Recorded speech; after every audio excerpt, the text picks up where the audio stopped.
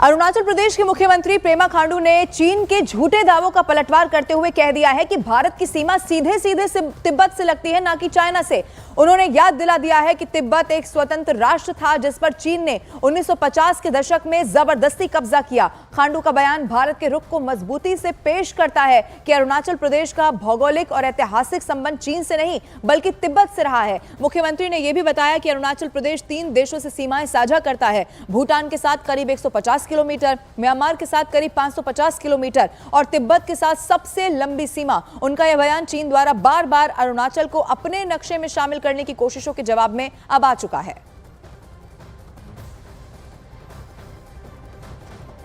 ठीक है, 1950 में चाइना लोग वहाँ आके तिब्बत को जबरदस्ती कब्जा किया, वो बात अलग है। सो तो ऑफिशियली यस, तिब्बत अभी चाइना का अंडर में है, that can't be rule out, but originally we share border with Tibet.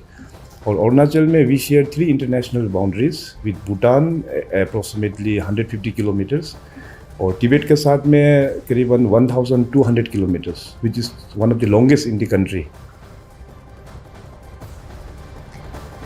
Arunachal Pradesh के मुख्यमंत्री पेमा खांडू ने चीन के बनाए जा रहे मेगा डैम को लेकर गंभीर चिंता जाहिर कर दी है। उन्होंने चेतावनी दी है कि अगर चीन एक तरफा तरीके से बड़े स्तर पर पानी छोड़ता है तो सियांग घाटी में भीषण बाढ़ आ सकती है। इसका सबसे बड़ा असर अरुणाचल प्रदेश को होगा, ये उनकी तरफ से कहा गया।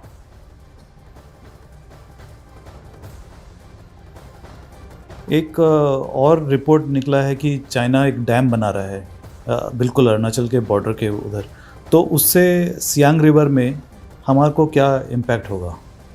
ये थोड़ा सा कंसर्न एक बात है आपने जो बताया। तो लास्ट टाइम 2021 में जो चाइनीज़ गवर्नमेंट का प्रीमियर वहाँ में अरुणाचल का बॉर्डर में आके गया, वो आके उस प्रोजेक्ट को भी देख के गया, फिर वापस जाके बीजिंग में उन लोगों का 5 ईयर प्लान में उस प्रोजेक्ट को शामिल कर दिया।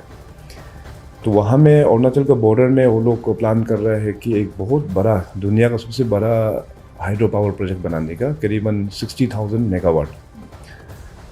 तो उसको लेके सभी लोग चिंतित हैं। तो अगर चाइना इंटरनेशनल वाटर ट्रीटी का अगर सिग्नेटरी होता तो हम लोगों के लिए प्रॉब्लम नहीं है, क्योंकि उसमें जो डाउन द लाइन जो बेसिन में जितना पानी छोड़ना है, अपना जो एक्वा लाइफ, मेरीन लाइफ के लिए जितना पानी चाहिए मैंडेटरी जो छोड़ना है वो उसको छोड़ना ही पड़ता है।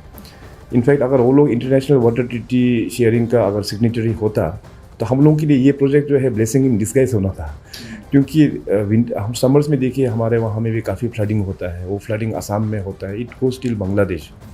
तो एक प्रोजेक्ट अगर बड़ा डैम या जो भी स्ट्रक्चर वहाँ तिब्बत में आ जाता तो हमारा फ्लडिंग जो है वो मॉडरेट हो जाता, provided if China could have been the signatory and abides by international water sharing law। लेकिन चाइना तो सिग्नेटरी नहीं है।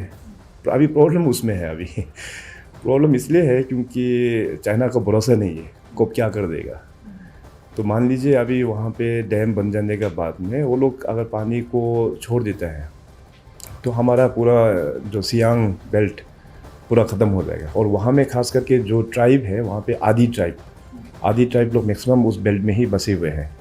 तो वहाँ का पूरा प्रॉपर्टी, उसका ज़मीन, खास करके ह्यूमन लाइफ बहुत काफ़ी डिवास्टेटिंग इफेक्ट होगा। फिर फर्दर आसाम, ब्रह्मपुत्र बहुत डिवास्टेटिंग इफेक्ट होगा, it will go till Bangladesh. तो इसको लेके अभी भारत सरकार के साथ में भी डिस्कस करके इसको एक डिफेंस मैकेनिज्म के तौर पे देख के वहाँ पे एक प्रोजेक्ट हम लोग ने कंसीव किया है कि सियांग अपर मल्टीपर्पज़ प्रोजेक्ट, एक मल्टीपर्पज़ प्रोजेक्ट बनेंगे जिसमें से एक डिफेंस मैकेनिज्म और वाटर सिक्योरिटी के लिए भी। तो चाइना तो अभी काम तो वहाँ पे आई थिंक वो लोग स्टार्ट भी अभी करने वाला होगा या कर दिया होगा, क्योंकि वो लोग तो कुछ शेयरिंग नहीं करते हैं वो लोग। तो लॉन्ग रन में क्या होगा कि डैम अगर बन जाता है तो हमारा सियांग नदी और ब्रह्मपुत्र का पानी काफ़ी सूख जाएगा। तो वाटर सिक्योरिटी के लिए हम लोग अगर ये अरुणाचल में जो हम लोग प्रोजेक्ट का जो कंसीव कर रहा है वो बन जाने से क्या होगा कि हमारे लिए जो पानी का रिक्वायरमेंट है वो अपने डैम से हम लोग उसको मेंटेन कर पाएंगे। और फ्यूचर में अगर वहाँ से कुछ पानी वो लोग छोड़ देते हैं तो उसके लिए भी हम लोग फ्लडिंग तो होगा, डेफिनेटली होगा, मगर it can be controlled. Right. So, setting aside the military threat from China, it seems to me that this is a far bigger threat than anything else. बिल्कुल जी। it is going to cause an existential threat to our tribes, our livelihoods. Right, बिल्कुल बिल्कुल। ये काफ़ी एक, क्योंकि China इसको लेके एक वाटर बम की तरह भी वो लोग यूज़ कर सकते हैं। तो इसको चलते अभी वहाँ के जो हमारा आदि जो ट्राइब्स है उनके साथ में भी सरकार, हम लोग वहाँ पे डिस्कशन कर रहा है। तो अभी हमारा लेवल में एक मीटिंग बहुत ही जल्दी मैं फिक्स करने वाला हूँ इसका बारे में, और भी अवेयरनेस लोगों को देने की।